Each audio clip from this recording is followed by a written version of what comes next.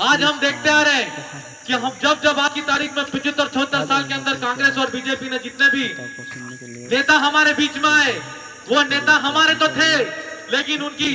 चाबी किसी और के हाथ में थी। वो उनके इशारों पर चलने वाले लोग थे और उनके इशारों पर चलते चलते आज तक हमारे आदिवासियों के जो हक अधिकार थे उनकी बात विधानसभा हो चाहे संसद हो उसके अंदर हमारी आवाज को नहीं उठाया। आज भारत आदिवासी पार्टी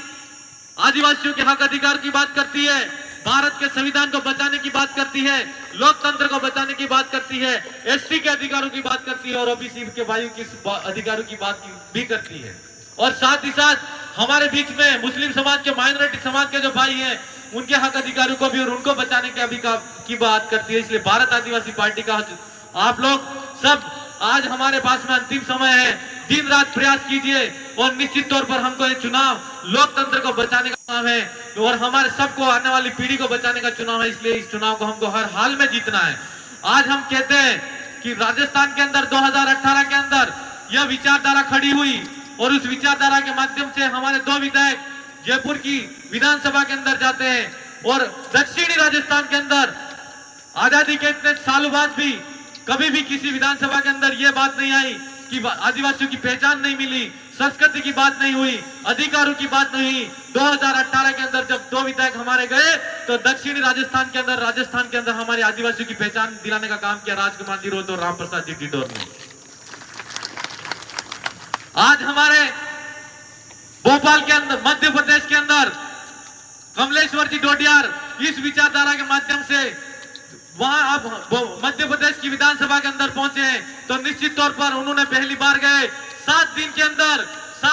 अंदर उन्होंने इस क्षेत्र की जनता और दलित शोषित पीड़ितों की बात कही, आदिवासियों के हक अधिकार की बात कही और निश्चित तौर पर इस विचारधारा को आगे बढ़ाना है और इतना बढ़ाना है कि एक दिन ये जितने गुलाम नेता हैं आज दिन तक हमारी गुलाम पार्टियों के झंडे उठाकर चलने वाले जो लोग थे उन्होंने हमारे अधिकार को बेचने का काम किया है, साथ ही साथ हमारे अधिकारों को दबाने का काम किया है। अब वक्त आ गया है, अब को हमारे अधिकारों को हमको टांटिया मामा बनकर बिरसा मुंडा बनकर हमारे विचारों के साथ में उनके विचारों के साथ में आगे चलकर उनको लेने का टाइम है मेरे भाई। यह हमारे समाज की हमारे वहां पर बेड़ेश्वर धाम के अंदर मावजी महाराज के नाम से एक प्रसिद्ध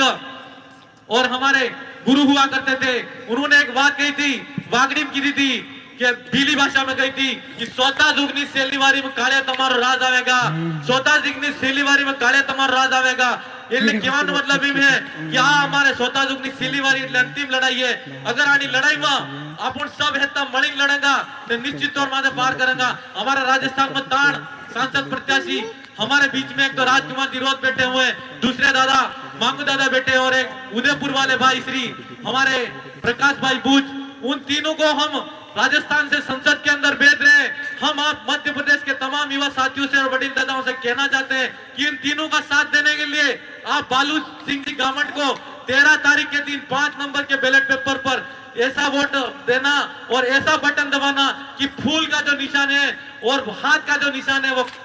हमेशा के लिए खत्म हो जाना चाहिए और गेंडा डॉट का निशान हमेशा के लिए दिखना चाहिए। यह लड़ाई हमारी लोकतंत्र को बचाने की लड़ाई है। साथ में चिट्ठी आ गई है, चिट्ठी आती है तो हमारे राजस्थान के अंदर इस बात पे एक बात और कहना चाहता हूं, आज भारतीय जनता पार्टी की जो सरकार है वो सरकार नीचे के कार्यकर्ता को कभी नहीं पूछती है। अभी हमारे धनराज जी बमात कह रहे थे कि अंदर ही अंदर कांग्रेस भी हमारा साथ देना चाहती है और भारतीय जनता पार्टी के कुछ तमाम पदाधिकारी नीचे के वो भी साथ देना चाहते हैं। वो इसलिए देना चाहते हैं, आप सबको पता होगा राजस्थान के अंदर जब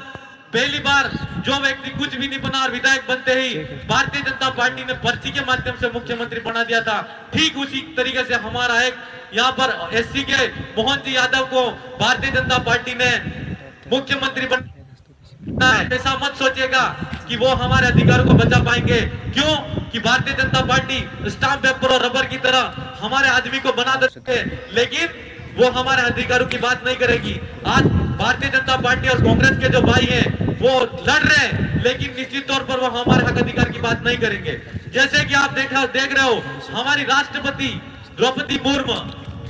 हम जानते हैं कि वो आदिवासी महिला है, लेकिन आज राम मंदिर के नाम से भारतीय जनता पार्टी वोट मांग रही है और राम का मंदिर है, उस मंदिर के अंदर हमारी देश की प्रमुख और आदिवासियों की एक राष्ट्रपति है जो द्रौपदी मुर्मू उसके अंदर भी नहीं जाने दिया। ऐसा हमारे साथ में सौतेला व्यवहार हो रहा है। इसलिए हम आप सबसे कहना चाहते हैं कि अब हमको जागने का